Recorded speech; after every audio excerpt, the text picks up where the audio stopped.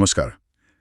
गायकी में ऊंचे सुरों तक आसानी से पहुंचना और उन्हें खूबसूरती से निभाना, ये कई गाने वालों का सपना होता है ना। हाँ बिल्कुल। लेकिन अक्सर होता क्या है कि कोशिश करने पर नतीजा आवाज का फटना या सुर का बेदम हो जाना। हाँ, ये एक बहुत आम चुनौती है।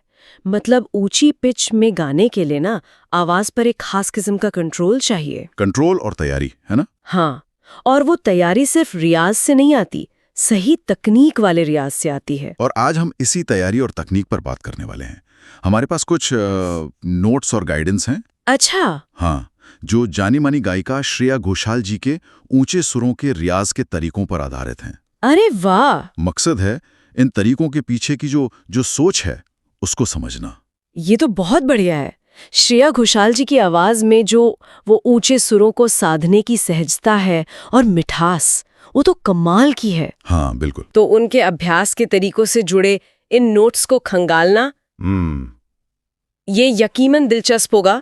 देखना होगा कि इस तरह की महारत के पीछे क्या प्रक्रिया है, क्या सिद्धांत काम करते हैं। बिल्कुल। तो आज हम इन तकनीकों की तह तक जाएंगे, कोशिश करेंगे समझने की कि ये ऊंची पिच हासिल करने में कैसे मदद करती हैं और क्यों कुछ तरीके दूसरों से ज्यादा कारगर होते हैं। अक्सर लोगों को लगता है ना कि ऊंचे सुर गाना बस गले की ताकत का खेल है। हाँ, ये धारणा है, पर शायद ऐसा है नहीं। चलिए पता लगाते हैं। सही कहा आपने। ये सिर्फ ताकत का नहीं, तकनीक और समझ का खेल ज्यादा है। ऊंचे सुरों के लिए वोकल कॉर्ड्स में दबाव तो पड़ता है, ये सच है। हाँ, लेकिन सही तकनीक उस दबाव को संभालने और आवाज को नुकसान से बचाने में मदद करती है। मतलब बिना सही गाइडेंस के जोर लगाने से ना फायदे से ज्यादा नुकसान हो सकता है। तो इस सफर का पहला पड़ाव क्या है? कहां से शुरू करें? पहला कदम। स्रोत बताता है कि किसी भी तरह के गायन से पहले वार्म अप सबसे ज्यादा जरूरी है। बिल्कुल। श्रेया जी के तलीकूठी वाले से कहा गया है कि हमेशा सादे सा रे गा मा से शुरू करें और धीरे धीरे स्केल को ऊंचा ले जाएं। ये जो धीरे धीरे बढ़ना है ना, ये बहुत अहम माना गया है। और ये अहमियत सिर्फ रस्म अदायगी नहीं है, इसके पीछे ठोस शारीरिक कारण है। अच्छा, जैसे? सोचिए, जैसे कोई धावक दौड़ने से पहले अपनी मसल्स को स्ट्रेच करता है ना, करता है। वैसे ही सा रे गा मा का ये धीमा अभ्यास हमारे वोकल कॉर्ड्स को धीरे धीरे जगाता है, उन्हें गर्म करता है। ओके। ये उन्हें आने वाले ज्यादा मुश्किल काम के लिए, मतलब ऊंचे सुरों के लिए तैयार करता है। एकदम से ऊंचे सुर लगाने की कोशिश करना वो वोकल कॉर्ड्स के लिए एक झटके जैसा हो सकता है। हाँ, जिससे तनाव या चोट का खतरा बढ़ जाता है। मतलब ये एक तरह से आवाज के इंजन को धीरे धीरे स्टार्ट करने जैसा है ताकि वो स्मूथ चले। हाँ, बिल्कुल वैसा ही। ये क्रमिक बढ़त ये पक्का करती है कि वोकल कॉर्ड्स में ब्लड फ्लो धीरे धीरे बढ़े, उनमें लचीलापन आए। अच्छा। और वो बिना किसी शॉक के ऊंची फ्रीक्वेंसी पर वाइब्रेट करने के लिए तैयार हो, और सिर्फ सारे गामा जैसे बुनियादी सरगम से शुरुआत करना, ये इसकी खूबसूरती है। हाँ, सिंपल रखना। हाँ, ये कॉम्प्लेक्स चीजों से पहले नींव को मजबूत करने जैसा है। इससे आवाज खुलती है और आगे के अभ्यास के लिए एक सॉलिड बेस बनता है। ये बात तो समझ आती है कि नींव मजबूत होनी चाहिए। अच्छा, वार्म अप के बाद स्रोत एक और दिलचस्प तकनीक का जिक्र करता है, हमिंग माली आवाज। हाँ वही, यानी ऊंचे सुरों पर सीधे जाने के बजाय पहले जैसी ध्वनि से आवाज को और तैयार करना।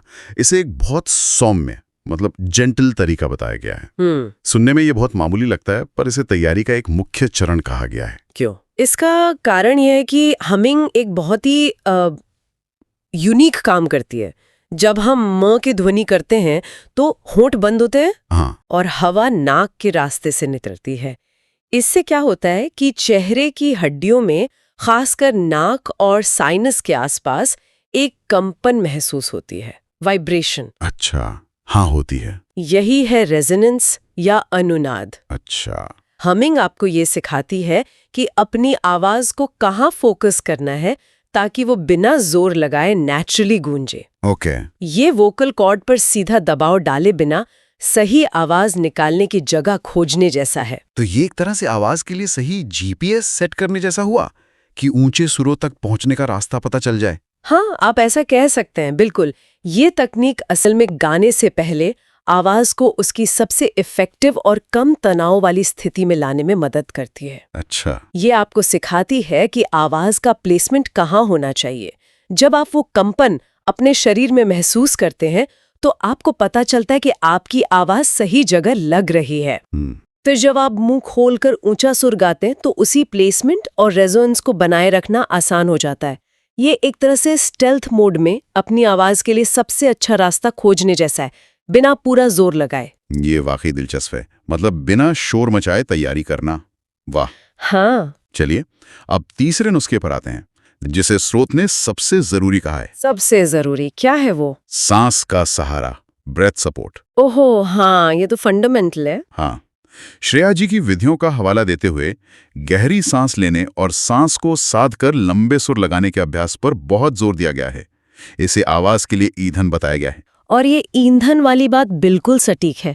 ऊंचे सुर गाने के लिए ना आपके फेफड़ों से हवा का एक बहुत ही कंट्रोल्ड, स्थिर और पर्याप्त फ्लो चाहिए। बिना मजबूत और सदी हुई सांस के ऊंचे सुर या तो लगेंगे ही नहीं, या फिर बहुत कमजोर लगेंगे, कांपते हुए या बेदम। हाँ, आवाज में जान नहीं रहती। बिल्कुल। गहरी सांस लेना, जिसे डायफ्रामेटिक ब्रीदिंग कहते हैं। पेट से सांस लेना। हाँ, पेट से सांस लेना, सीने से नहीं। ये फेफड़ों की कैपेसिटी को बढ़ाता है और सांस को साधने का अभ्यास आपको उस हवा के फ्लो को कंट्रोल करना सिखाता है। सुरत ये तो नहीं बताता कि ये सांस का अभ्यास कैसे करना है, पर इसकी अहमियत पर जोर देता है। क्या आप ये डायफ्रामेटिक ब्रीदिंग को थोड़ा और समझा सकती हैं? हाँ बिल्कुल।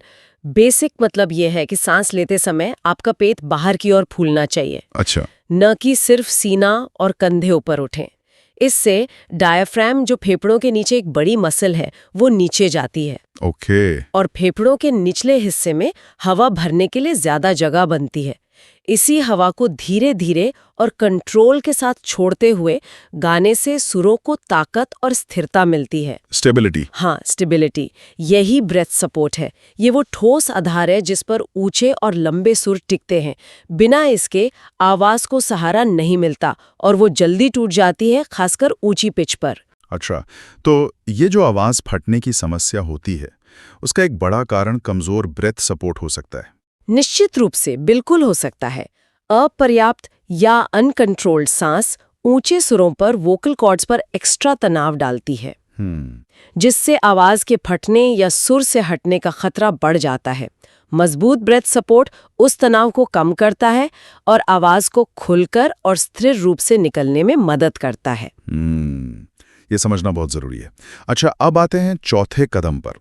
यह थोड़ा भारतीय शास्त्रीय संगीत से जुड़ा लगता है, आलाप और तान का अभ्यास। हाँ, आलाप और तान। स्रोत कहता है कि रोजाना थोड़ा आलाप, यानी सुरों का धीमी गति में विस्तार, और तान मतलब तेज गति की सुरों की लड़ियां। इनका अभ्यास करने से आवाज में लचीलापन आता है। फ्लेक्सिबिलिटी। हाँ, फ्लेक्सिबिलिटी। और ऊंचे सुर ज्यादा सहज लगते हैं। ये बहुत आकर्षक है कि कैसे पारंपरिक शास्त्रीय अभ्यास सीधे तौर पर गायकी के टेक्निकल पहलुओं से जुड़े हैं, जैसे ऊंची पिच में सहजता। आलाप का अभ्यास, जिसमें आप सुरों के बीच के जगह को बहुत धीरे और खूबसूरती से भरते हैं, वो आपकी आवाज की रेंज और उस पर कंट्रोल को बढ़ाता है। ओके। ये आपको एक सुर से दूसरे सुर तक स्मूथली जाना सिखाता है, खासकर ऊंची रेंज में। और दूसरी तरफ तान का अभ्यास, जिसमें तेजी से कई सुरों को गाया जाता है। हाँ, वो गमक वगैरह। हाँ, वो सब, वो आपकी आवाज में फुर्ती लाती है, वोकल एजिलिटी जिसे कहते हैं। तो ये सिर्फ शास्त्रीय संगीत की ट्रेनिंग नहीं, बल्कि एक तरह से आवाज की फिजियोथेरेपी है, उसे मजबूत और लचीला बनाने के लिए। बिल्कुल। इसे ऐसे भी देख सकते हैं, ये अभ्यास आपकी वोकल कॉर्ड्स की मसल्स को अलग अलग तरह की मूवमेंट के लिए ट्रेन करते हैं, कभी धीमा और फैला हुआ, कभी तेज और सटीक। जब आपकी आवाज इस तरह के जटिल पैटर्न और तेज उतार चढ़ाव की आदी हो जाती है, तो किसी एक ऊंचे सुर तक पहुंचना और उसे सुंदरता से गाना वो तुलनात्मक रूप से आसान लगने लगता है। अच्छा। ये मांसपेशियों की ताकत और लचीलेपन को बढ़ाता है, जो ऊंची पिच पर कंट्रोल के लिए बेहद जरूरी है। ये पारंपरिक ज्ञान वाकई कितना गहरा है, अद्भुत है ना? हाँ। अब आते हैं पांचवें और शायद सबसे महत्वपूर्ण बिंदु पर। ये एक तरह की चेतावनी भी है। चेतावनी? हाँ, आवाज पर ज्यादा जोर न देना। हाँ, ये तो बहुत जरूरी है। अवॉइड ओवरस्ट्रेनिंग। स्रोत साफ तौर पर कहता है कि अभ्यास करते समय अगर आवाज फटने लगे या गले में खिंचाव महसूस हो तो तुरंत रुक जाना चाहिए। बिल्कुल। श्रेया जी की सलाह का जिक्र है कि रियाज धीरे धीरे बढ़ाना चाहिए, जबरदस्ती करके नहीं, धैर्य रखने की बात है। और ये सिर्फ धैर्य की बात नहीं, ये आपकी आवाज के स्वास्थ्य और उसकी लंबी उम्र के लिए सबसे जरूरी सिद्धांत है। बहुत से गायक, खासकर जब वो जल्दी रिजल्ट्स चाहते हैं, हाँ, अपनी सीमाओं से आगे जाने की कोशिश करते हैं और आवाज पर बहुत ज्यादा जोर डालते हैं। ऊंचे सुरों का अभ्यास करते समय ये खतरा और बढ़ जाता है। ऐसा करने से वोकल कॉर्ड्स में सूजन आ सकती है, उन पर छोटे छोटे दाने बन सकते हैं, नोड्यूल्स, या आवाज को परमानेंट डैमेज भी पहुंच सकता है। बाप रे। तो ये सलाह एक तरह से गायक को अपने शरीर का, अपनी आवाज का सम्मान करना सिखा रही है। बिल्कुल, ये सचेत अभ्यास का हिस्सा है, माइंडफुल प्रैक्टिस। अपने शरीर के संकेतों को सुनना, गले में कोई भी असहजता, दर्द, खिंचाव या आवाज की क्वालिटी में गिरावट, ये सब संकेत हैं कि आपको रुकने और आराम करने की जरूरत है। प्रगति धीरे धीरे होती है, लगातार अभ्यास से होती है। सही। न कि एक ही दिन में सब कुछ हासिल करने की कोशिश से। यहाँ पर जो प्रक्रिया है, जो प्रोसेस है, वो परिणाम से ज्यादा महत्वपूर्ण है। लॉन्ग टर्म वोकल हेल्थ को शॉर्ट टर्म लक्ष्यों पर प्राथमिकता देना ही समझदारी है। ये बात गांठ बांधने वाली है, बिल्कुल। तो अगर संक्षेप में देखें तो हमने 5 मुख्य तकनीकों पर बात की। पहला, क्रमिक वार्म अप। दूसरा, रेजोनेंस के लिए हमिंग। तीसरा, सांस का मजबूत सहारा, ब्रेथ सपोर्ट। सबसे जरूरी, आवाज पर अनावश्यक जोर डालने से बचना और धैर्य रखना। बिल्कुल।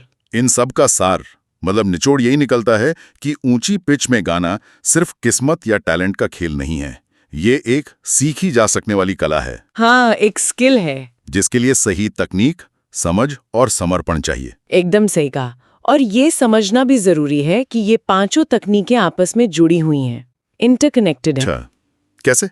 देखिए, आपका मजबूत ब्रेथ सपोर्ट ही आपको उन ऊंचे सुरों को टिकाने की क्षमता देता है जिनका अभ्यास आपने आलाप और तान से किया है। हाँ, सही बात है। हमिंग से मिला सही रेजोनेंस उन सुरों को चमक और स्पष्टता देता है, और ये सब संभव होता है एक अच्छे वार्म अप से और इस समझदारी से कि कब रुकना है, जोर नहीं डालना। ये एक पूरी प्रणाली है, एक इकोसिस्टम की तरह, जहां हर हिस्सा दूसरे को सहारा देता है और मजबूत बनाता है। वाह, ये तो बहुत अच्छी तरह समझाया आपने। तो जो भी लोग गायकी सीख रहे हैं या अपनी आवाज को बेहतर बनाना चाहते हैं, उनके लिए इन नोट्स से मिली जानकारी काफी काम की हो सकती है। हाँ, बिल्कुल। ये एक तरह का रोड मैप देती है कि कैसे आगे बढ़ना है। निश्चित तौर पे ये दिखाता है कि सफलता के पीछे एक व्यवस्थित तरीका होता है, एक सिस्टम होता है। ये महत्वाकांक्षी गायकों को एक ढांचा देता है कि उन्हें किन चीजों पर ध्यान देना चाहिए, और ये भी याद दिलाता है कि बड़े से बड़े गायक भी इन्हीं बुनियादी सिद्धांतों का पालन करते हैं। स्रोत में अभ्यास के समय को लेकर भी एक सुझाव है। अच्छा, कितना? कहा गया है कि ऊंची पिच में स्पष्टता और मिठास लाने के लिए इन तकनीकों का अभ्यास रोजाना लगभग 20 से 30 मिनट करना फायदेमंद हो सकता है। हाँ, और ये नियमितता, ये कंसिस्टेंसी बहुत महत्वपूर्ण है। रोज करना। हाँ, गायन एक मांसपेशिया कौशल भी है, एक मस्कुलर स्किल है, और मसल मेमोरी धीरे धीरे लगातार अभ्यास से बनती है। सही। रोज 20-30 मिनट का फोकस्ड अभ्यास हफ्ते में एक बार 2 घंटे के अभ्यास से कहीं ज्यादा प्रभावी होता है। ये छोटी नियमित खुराक वोकल कॉर्ड्स को बिना थकाए धीरे धीरे मजबूत और प्रशिक्षित करती है। तो आज हमने ऊंचे सुरों के रियाज से जुड़े कुछ अहम पहलुओं को समझा जो श्रेया घोषाल जी के बताए तरीकों पर आधारित थे। ये तकनीकें दिखाती हैं कि सही मार्गदर्शन से मुश्किल लगने वाली चीजों को भी साधा जा सकता है। बिल्कुल।